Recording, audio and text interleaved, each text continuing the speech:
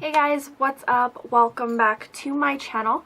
Today I wanted to do a little bit of a sit down video and just kind of do a story time video that I've been kind of dreading for a while now. I've been wanting to make this video for the longest time, but I really haven't gotten a chance to do it, or I haven't really had the courage, I guess, to make this video.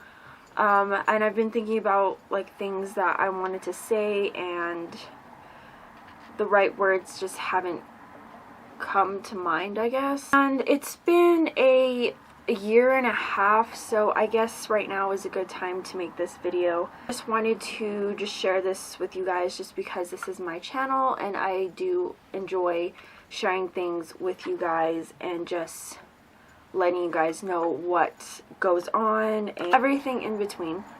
What I'm going to be talking about today is a very touchy subject, but as you can tell from the title, you probably already know what this is about. So back in 2016, I made really bad decisions and I put myself in a position where I was no longer in society and I was taken away from my son and my family. I was with a terrible, terrible person at the time in a relationship with somebody who was very abusive, very manipulative, and I hated him so much. To this day, I hate this person, and I just kind of wish that I didn't put myself in this situation and to make these decisions. So with that all being said, I kind of just found myself in jail. So in October of 2016, I ended up in jail on my birthday. So let me just kind of go back to what actually happened. So I was in a relationship with this guy. He decided to cheat on me, and this relationship had gone on for 4 years, and I finally wanted to decide to end it, but he was manipulating me, and he didn't want to lose me, I guess, and I kind of thought that he still loved me, but that wasn't the case. He decided to go off with another girl. I didn't realize at the time.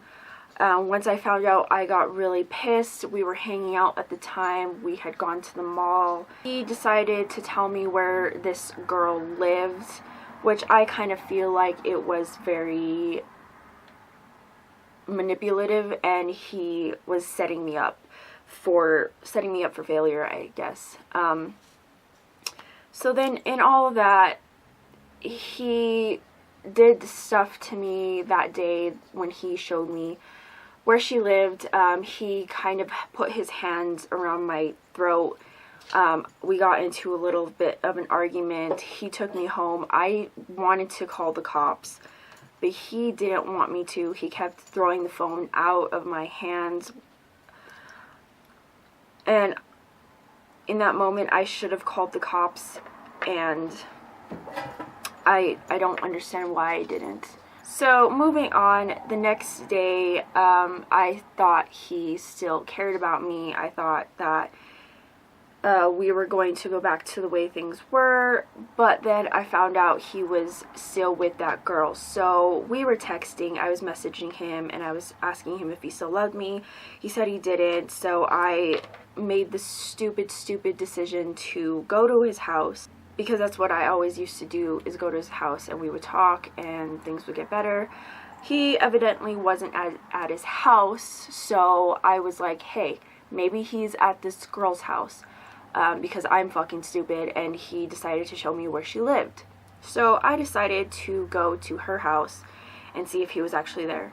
Evidently, both of us just kind of drove up at the same time, coincidentally. And so I got out of my car, he stayed in his car, and I kind of opened the passenger door up the girl was in the passenger seat and he was in the driver's seat, and I got really, really pissed. One thing led to another. I kind of slapped him and pulled some hair because of my anger. I was really, really upset and pissed off, so that happened. He got out of his car. He was telling the girl to go inside her stupid house. Her fucking mom was there. He was talking to me and he told her to go inside, and he said that he specifically said that he is more worried about her than he is of me. I'm gonna say the mother of his child. He's worried about this bitch over the mother of his child. And then he just called me worthless, pathetic. He said that he loved her more than me and he wanted to marry her. And I was standing there in front of him crying my eyes out, just wondering, what the fuck am I doing? What the fuck is he doing? And I decided to stay over there. For some fucking reason. And evidently her stupid fucking mom called the cops on me for whatever reason. Cops came. He was telling me to leave and he was like, I'm giving you one last chance. You get to leave, blah, blah, blah. And all I wanted to do was kind of reconcile everything, just kind of make everything better. But that didn't happen. So cops came, they asked me what I was doing there. I was telling them that I wanted to talk to him, that he was treating me like shit, and it was just a relationship kind of thing. They were kind of playing good cop, bad cop, and then the cops went to them and asked them what was going on. I have no idea what they even said to the police officers, so I just kind of assumed the worst, and they said this and that. Before all the cops came, his stupid fucking girlfriend's friend came outside to talk to me about some stuff, and she was kind of like saying that she relates with me and saying that like she's gone through the same bullshit and whatnot. And I'm like, dude, just don't fucking talk to me, because you obviously do not know what's going on and what has happened in my life, so you can go fuck off. So that happened, and then the police thing happened, and then they talked to them. Then they went to talk to me once again. I don't know why. Then they were like, is there another reason why you're here? And I was like, I already told you the same thing, blah blah blah. And they're like, is there anything else that you did? And I was like, well, you know what, I kind of slapped him. And then that's when they told me to turn around and they put the handcuffs on me. That's when I started freaking out and I started crying. I now know what it's like behind a cop car. They don't have freaking cushioned seats, guys. They don't. Everything is plastic. You sit on a fucking plastic seat. Like, what the hell? Like, are we not allowed to sit on like cushioned seats? Like, hello, put fucking cushioned seats in the police car, like, please. So I just freaked out. I was thinking the worst. I wanted to kill myself. I was being very suicidal at the time, and I didn't know what to do. I was just kind of hoping that my sister would come and rescue me, and I would be able to call her, and this would just be like a day thing, because I feel like I didn't even do anything wrong. I feel like him cheating was kind of like the pinnacle for me to, I mean, it's not okay to slap people or hurt people, but just like when somebody fucking cheats on you, it kind of ruins your perspective on people, and it just makes you angry. So I'm pretty sure that every one of you guys have gone through a cheating phase in your life and you want to just fucking kill that person. I didn't go down that road. I just kind of slapped him and that was it. I thought this was going to be a day thing. Evidently it didn't turn into a day thing. It was more like a 10-day thing. So I was sitting in that police substation for about, so it was 11 o'clock to 3 a.m. So about 4 hours. The police officer tried calling my sister. She was asleep, and then she finally called back, and they were telling her what was going on and that I was going to be transferred to a jail. So I went to MDC, which was the worst fucking experience of my entire existence. MDC is the worst jail in New Mexico, so I do not highly recommend you do anything terrible in the state of New Mexico, because the jail is just the worst thing in the world. So they transferred me off to the jail site. It was about 4 in the morning, 5-ish. They have you take your shoes and socks off. They give you these fucking disgusting orange slippers with, I don't know what they are, but it's kind of like stepping on Legos every single time you walk. So those are the most terrible fucking slippers in the... And then they take your socks from you. They take all your belongings. They took my wallet, my keys. They took some money that I had in my wallet. They took everything out of my fucking wallet that was in there, and that kind of pissed me off. They take you to a nurse's station where they kind of ask you questions, pee in a cup. They make you go through like a metal detector of some sort. There were other people there that I was with. I was on the women's side. Of course, they have like women and men section, but I did see some men, and then I was with the other women.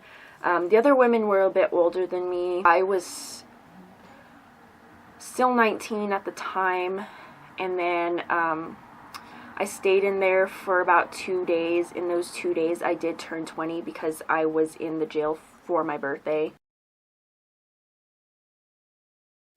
So I was with the other women, and then they put you in a situation where you have to undress you have to undress everything.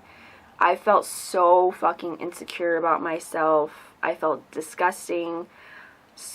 And even going into those showers without my clothes on in front of other women just made me feel that much more insecure. And then you kind of have to squat and cough about 3 times just for them to be satisfied. Just to make sure that you're not harboring drugs in your asshole. So we did the showers. It was freezing fucking cold. Like, I can't imagine the most coldest shower. This is it. That's the coldest shower that I have ever experienced in my life. You go and shower. I didn't wash my hair just because I didn't want my hair to get frizzy, because I just had showered that night. So we go in the showers, we get dressed, we go into our fucking orange jumpsuits. You can't wear underwear or bras. You take your bra, your underwear, they take everything from you. So I didn't have a bra, I didn't have underwear. It's disgusting. And they put you in a holding cell until they can find you like a pod to put you in to figure out where they want to place you or whatever. So I was in that holding cell for a while, and then you get a phone call. So I had called my sister. She didn't know what to do. I had finally got a hold of her. I started crying. I was very, very upset. I didn't know what to do. She didn't know what to do. They said that my bail was $5,000, but if you go to a bail bonds, it's 10%, so it'll be $500. That happened. I was crying. They finally found me a holding pod, so they put me in there, and it's just this big room where there's tables in the middle, there's a couch, and then there's a television set. There were other women there, kind of scary.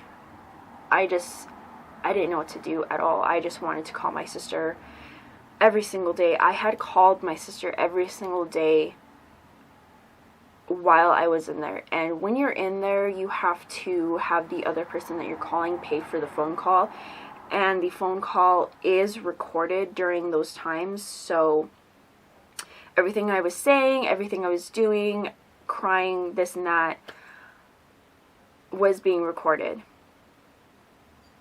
I just remember just being very depressed and being very suicidal. I didn't want to be there. The food was disgusting. Every single day for lunch was a bologna sandwich with Frito chips. You either got a cake or a cookie, and the cookie was fucking disgusting and super, super hard.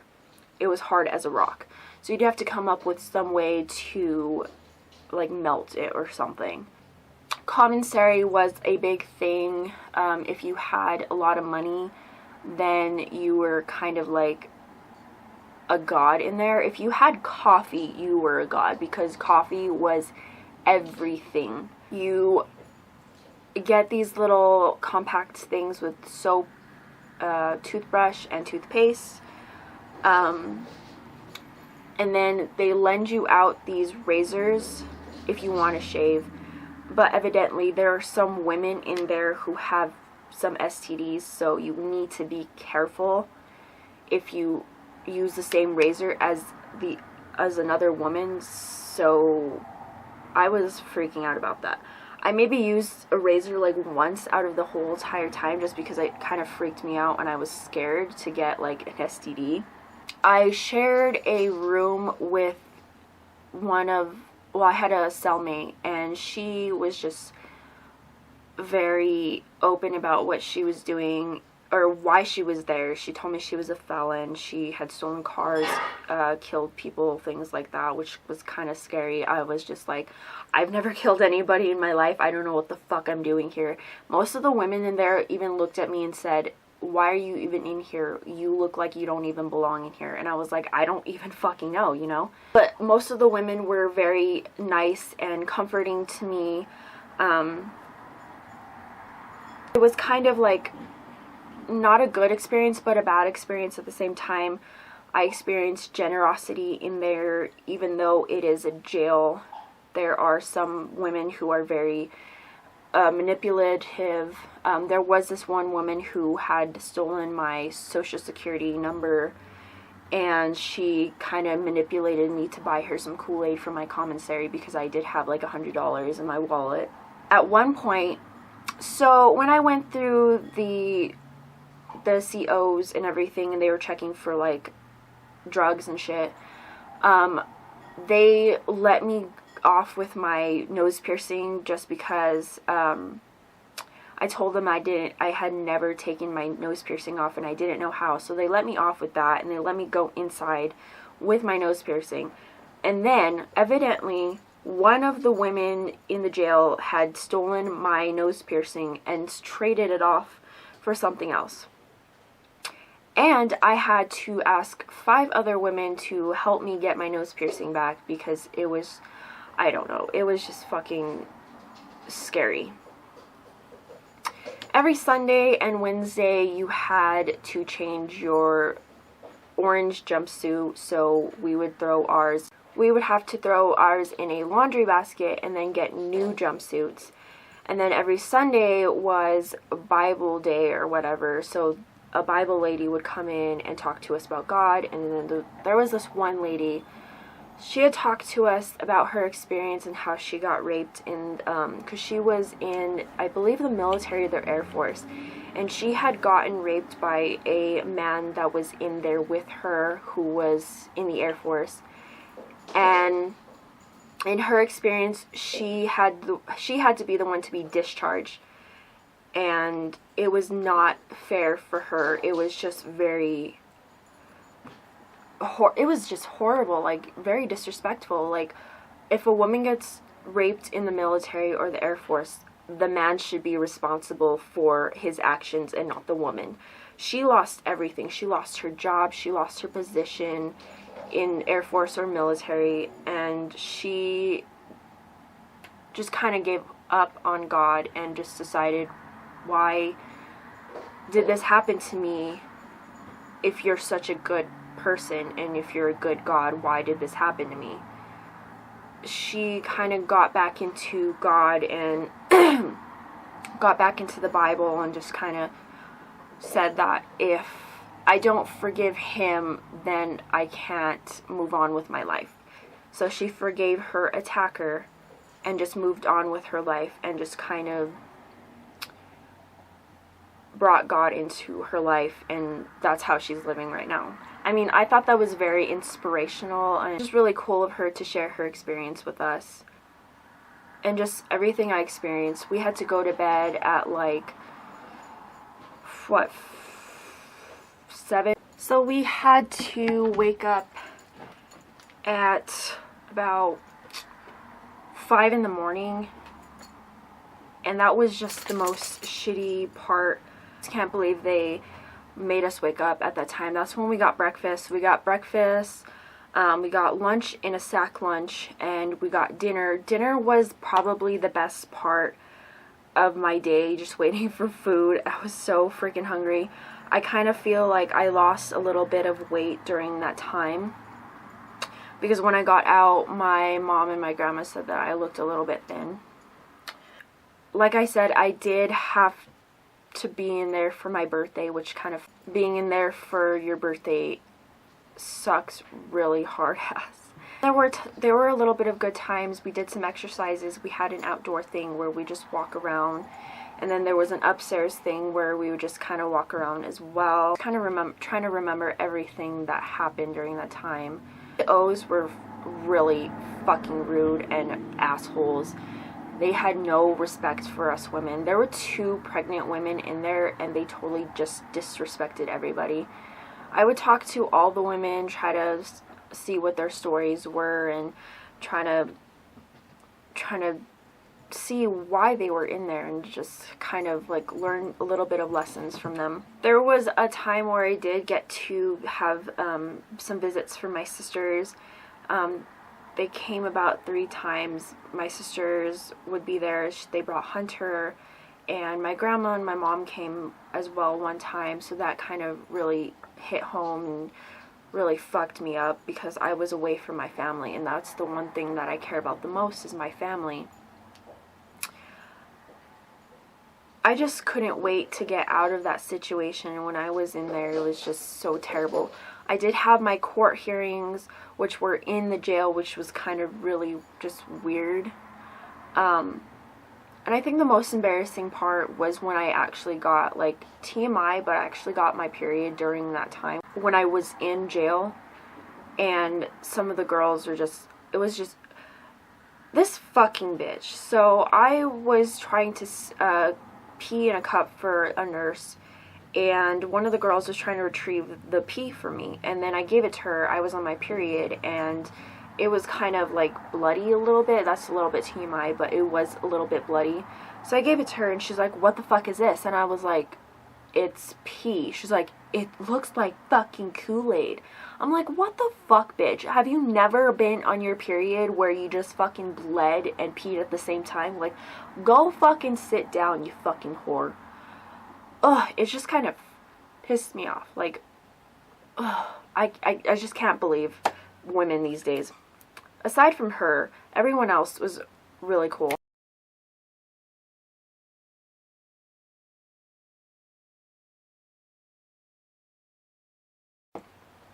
But like I said, I had my court hearings. They let me know what was going on. They gave me paperwork. I kept that paperwork with me at all times. Just kind of gave me a sense of relief. I would write things down, and I also did kind of like read the Bible while I was in there, because I thought there was hope. I kept praying to God every single day to just get me out of that situation, just kind of help me during that time, and I feel like He kind of did. I was in there for 10 days, and when those 10 days were done, I finally felt relief. I finally felt free, and I did learn my lesson during all those times. I got out of there. I filed a restraining order on my ex. I finally wanted to get away from him for good. I wanted to finish up school. I had told everybody what was going on. they felt really, really terrible about everything. And I just wanted to get back on my feet. I got a job. I finally moved out, as you guys saw in my videos last year. I finally tried changing my life, and I wanted to get back up, dust myself off, and just kind of move on from the situation. At times, this situation does kind of get to me, and it hurts me the most knowing that someone that used to love me put me in that situation. The person that I gave a child to fucked me in the end and just didn't give a shit about me. As of right now, I am a happier person. I have moved on. I am a better person. I found the love of my life. I'm having another child. I'm still with my job. I'm still obtaining a job. I still have my job. I'm living on my own with my fiance, and we're getting married soon, so I'm really excited about that. We're having another baby, and we have 2 pets. Just everything is really, really good right now. I'm really proud of myself for moving on from the situation, and I kind of, in a way, feel like it was a good thing that I went there, just to experience all of that and to kind of know that I'm worth something and that I don't deserve these things that this person put me through. So I think that's all I have for you guys today. I hope you guys enjoyed this story time video. If you enjoyed, please give me a like down below. Please subscribe if you haven't already. Let me know what other story times you guys would like to hear. And please follow me on my social media handles. I have Twitter, Facebook, Snapchat, Instagram. All those things will be down in the description. And guys, don't forget that the giveaway is still going on. I will be ending it February 3rd, I believe. So please go enter that. Follow me on all my social media handles. Extra entry for my other Instagram, my special effects Instagram. And then also go follow or subscribe to me on this channel and comment anything below on my giveaway video. But other than that, I hope you guys enjoyed this video. Thank you guys so much for watching, and I hope you guys aren't too weirded out by me now that I've shared this story with you. I will talk to you guys soon in my next video. Bye guys.